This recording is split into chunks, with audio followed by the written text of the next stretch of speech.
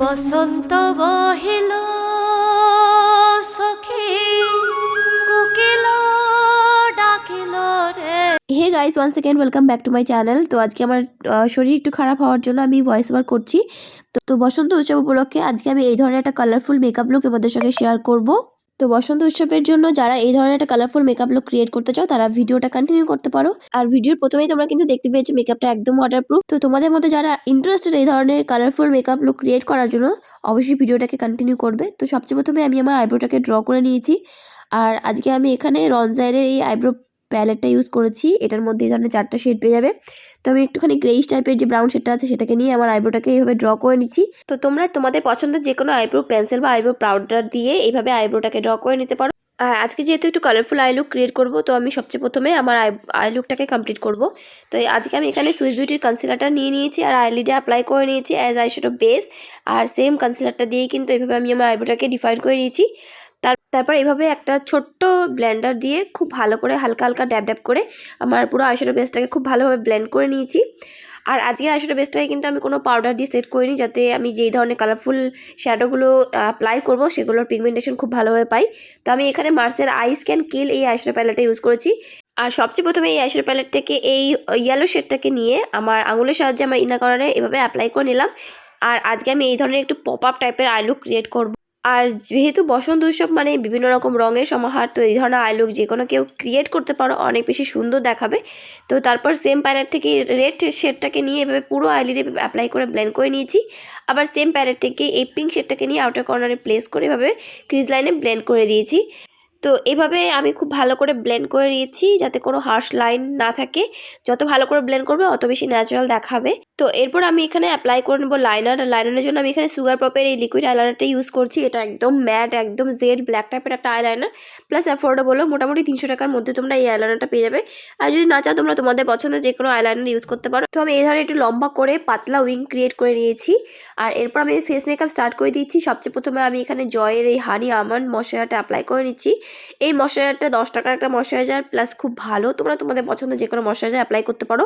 এরপর আমি sunscreen apply করে নিচ্ছি। যেহেতু বসন্ত উৎসব মানে দিনের উৎসব, তো সানস্ক্রিন অবশ্যই অ্যাপ্লাই করবে। তোমরা তোমাদের পছন্দের যে কোনো সানস্ক্রিন ইউজ করতে পারো যেটা তোমার স্কিনে শ্যুট করে, যেটা ভালো।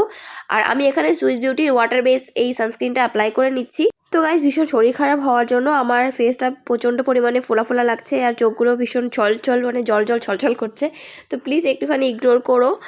আর গলার ভয়েস শুনে হয়তো তোমরা বুঝতেই পারছো আমার গলাও বসে গেছে অনেকটাই। তো এরপর আমি দেখো এখানে প্রাইমার অ্যাপ্লাই করে নিয়েছি। আর এটা হলো সিলিকন বেস প্রাইমার, এনওয়াইবের একটা ভীষণ ভালো প্রাইমার, প্লাস অনেক বেশি অ্যাফোর্ডেবল। তোমরা যারা একদম কম দামের মধ্যে একটা ভালো প্রাইমার ট্রাই করতে চাচ্ছ তারা কিন্তু এনওয়াইবের এই প্রাইমারটা ট্রাই করতে পারো যে কোনো পারপাসে। আর এরপর ফাউন্ডেশনের জন্য আমি এখানে সুইস বিউটির এই হাই কাভারেজ ফাউন্ডেশনটা অ্যাপ্লাই করে নেব। এই ফাউন্ডেশনটা ভীষণ ভালো ওয়াটারপ্রুফ ফাউন্ডেশন, প্লাস ভীষণ লং লাস্টিং আর খুব একটা মানে অক্সিডাইজও হয় না। তো এই ফাউন্ডেশনটা দেখতে পাচ্ছ আমার পারফেক্ট ম্যাচ শেড। আর এটাতে আমার শেড নাম্বার হলো N02। তো এভাবে আমি ফাউন্ডেশনটাকে ডিরেক্টলি একদম ডট ডট করে পুরো ফেস আর নেক এরিয়া অ্যাপ্লাই করার পর খুব ভালো করে ব্লেন্ড করে নিয়েছি। তারপর সেম সুইস বিউটির কনসিলারটাকে আমি আবার আমার ফেসটাকে একটুখানি হাইলাইটিং ইফেক্ট দেওয়ার জন্য অ্যাপ্লাই করে নিচ্ছি। এভাবে আমি পুরো ফেসে যেখানে যেখানে অ্যাপ্লাই করি আমরা ইউজুয়ালি কনসিলার, সেসব জায়গায় অ্যাপ্লাই করার পর আবারও সেম ড্যাম বিউটি ব্লেন্ডার দিয়ে ভালো করে ড্যাব ড্যাব করে ব্লেন্ড করে নিয়েছি। তবে যদি মনে হচ্ছে বসন্ত উৎসব উপলক্ষে অনেক বেশি মেকআপ প্রোডাক্টস অ্যাপ্লাই করা হয়ে যাচ্ছে, তো যাদের ফেসে আসলে কোনো ডার্ক স্পটস নেই বা কোনো পাফিনেস নেই বা কোনো পিগমেন্টেশন নেই, তারা কিন্তু কনসিলার স্টেপটাকে স্কিপ করতে পারো। তো ফাউন্ডেশন বা কনসিলার অ্যাপ্লাই করার পরে কিন্তু মুখটা অনেক বেশি ফ্ল্যাট দেখায়, তো সেই জন্য আমি হালকা করে ক্রিম কন্ট্রোলিং করে নিচ্ছি। আর কোনো পাউডার কন্ট্রোলিং আমি করব না, যেহেতু ক্রিম কন্ট্রোলিংটাই বেশি ন্যাচারাল দেখায়। তো এভাবে আমি ইনসাইডের ডুও কন্ট্রোল স্টিকটাকে অ্যাপ্লাই করে নিয়েছি হরসত চিক্স, নাক আর আমার ফোরহেড এরিয়ায় আর আমার জ লাইনে। তারপর একটা স্মল বিউটি ব্লেন্ডার দিয়ে হালকা করে ড্যাব ড্যাব করে ব্লেন্ড করে নিচ্ছি। আর এরপরে আজকে লুকটার জন্য আমি ক্রিম ব্লাশারও অ্যাপ্লাই করে নিচ্ছি। তো আমি এখানে এনওয়াইবের ক্রিম ব্লাশার অ্যাপ্লাই করে নিচ্ছি, যেটার শেড নাম্বার হলো 06। দারুণ একটা পিঙ্ক শেড আর খুব ভালোভাবে ব্লেন্ড হয়ে যায়, প্লাস স্কিনে একটা দারুণ গ্লোই লুক দেয়। তো এভাবে আমি অ্যাপ্লাই করার পর কিন্তু একটা ব্রাশের সাহায্যে খুব ভালোভাবে ব্লেন্ড করে নিয়েছি। আর হ্যাঁ, এটা কিন্তু ব্রাশের সাহায্যে খুব ভালোভাবে ব্লেন্ড হয়। এরপর পুরো মেকআপ লুকটাকে আর সমস্ত ক্রিম প্রোডাক্টকে একদম সেট করে নেওয়ার জন্য আমি এখানে ব্লু হেভেনের অয়েল কন্ট্রোল কম্প্যাক্ট পাউডারটাকে ব্রাশের সাহায্যে নিয়ে এভাবে পুরো ফেস আর নেকের অ্যাপ্লাই করে নিয়েছি।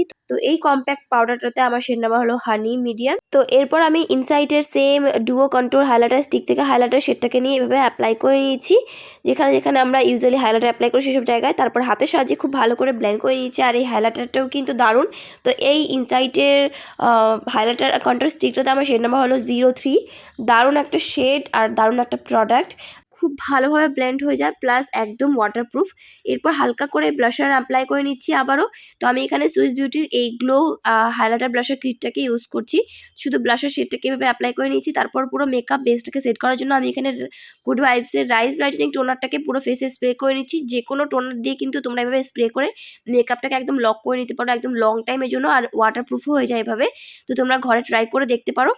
এরপর সেম গ্লো প্যালেট থেকে এই হাইলাইটার শেডটাকে নিয়ে এভাবে আমি আমার ব্রাউ বোনটাকে হালকা করে হাইলাইট করে নিয়েছি, যাতে আমার কালারফুল লুকটাও একদম ন্যাচারালের মধ্যেই চলে আসে। তো এরপর আমি সেম প্যালেট থেকে এই রেড শেডটাকে নিয়ে আবার আমার লোয়ার ল্যাশ লাইনে হালকা করে স্মাচ করে নিচ্ছি, যাতে লোয়ার ল্যাশ লাইনটাও একটুখানি ডিফাইন হয়ে যায়। কারণ লোয়ার ল্যাশ লাইনে কোনো প্রোডাক্ট অ্যাপ্লাই না করলে একটুখানি ইনকমপ্লিট দেখা হয় লুকটা।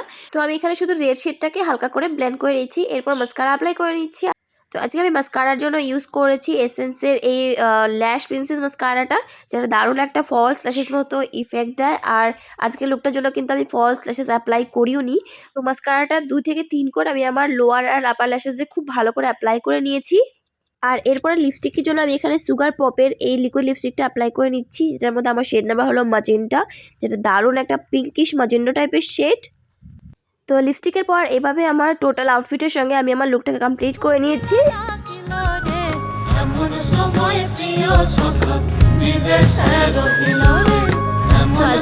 তোমাদের কাছে কেমন লাগলো অবশ্যই আমাকে জানাবে। যদি ভিডিওটা ভালো লেগেছে ভিডিওটাকে লাইক আর শেয়ার করতে একদম ভুলো না।